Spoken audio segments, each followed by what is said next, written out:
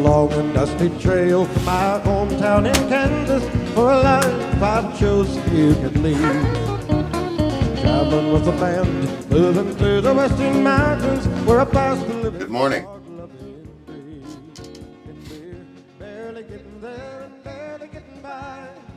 It's never too early. A little single malt scotch, 8:30 a.m. So, this is the story segment of the show, and I had picked out a story to start with that seemed very logical and something interesting, something fun, something that was actually quite perhaps the blasting cap that started everything. The main shock event. Wasn't the beginning, but I thought it would be a great start. And as I started to plot out the story and to figure out how I was going to segue it, I realized that I had no idea chronologically where it actually happened. Because this life, this thing that I've been doing, has been such a whirlwind of crazy and nonsense since its inception that I literally cannot keep events straight. I don't know the actual chronological order of things. So I had to take a pad of paper and string these life events all together and try to make sense of it. I'm still kind of working on it. It's sort of sad. You know, it's like, okay, so I went to work for APS and then I bought a guitar. And that was in the spring of 2000. And I'm trying to sort all these things out. But one of the things that I discovered in doing this is that I think I traced down exactly sort of where the first story goes, which is a good thing. Which also means, since these are 5-minute segments, the first story is going to be next time. But something that's a little more funny is that some of the things that I've been telling people, some of the things, labels that I've put on stuff, well, this is the 2004 release.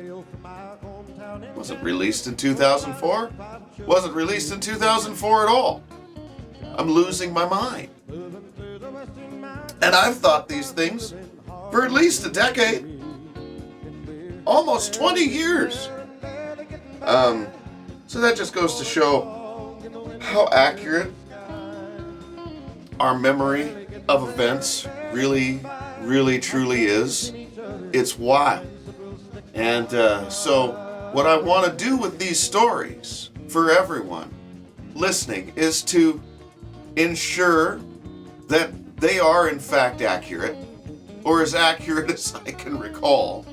Another thing that I'm going to do with some of the more past stories is to protect the innocent.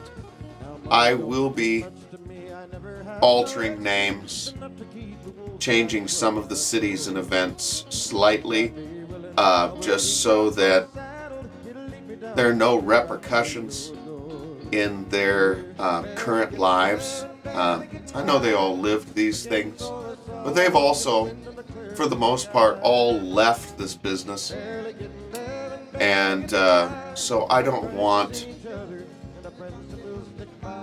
I guess everybody will know who it is. Everybody who knows me personally or knows us or even looks at pictures, they'll be able to deduce who is what and who said what, who did what. I've also decided that I'll be setting up a Patreon account, and there will be special content for Patreon viewers that contain more, shall we say, piquant stories, less edited, the full version. I'm going to try to keep this part of the channel at least PG-13, or at least 90s rated R, for the viewers and for the sake of the people that I'm telling the stories, because it's not just my story. This story encompasses dozens of people that are still in my sphere of influence. So, anyhow, I hope that everyone is having a wonderful day, having a great morning, and from Dynamic Arts, we love you all, and we will catch you on the road. It's a long and dusty trail from my hometown in Kansas for a life I've chosen you could lead.